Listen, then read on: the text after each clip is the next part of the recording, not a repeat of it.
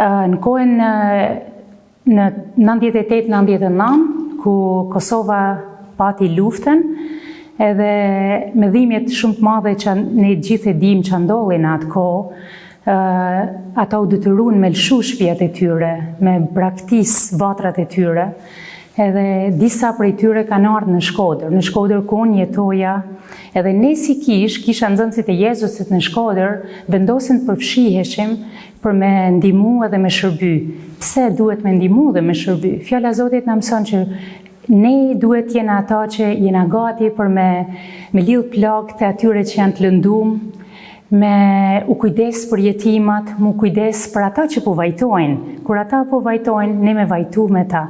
Edhe aty, zemra jeme ndryshoj në fakt. Aty, Zoti preku zemrën teme për Kosovën, edhe ne si kish, ne vazhdojmë edhe pas 99-ës, ne vazhdojmë për me ardhë edhe me ndihmu në Kosovë.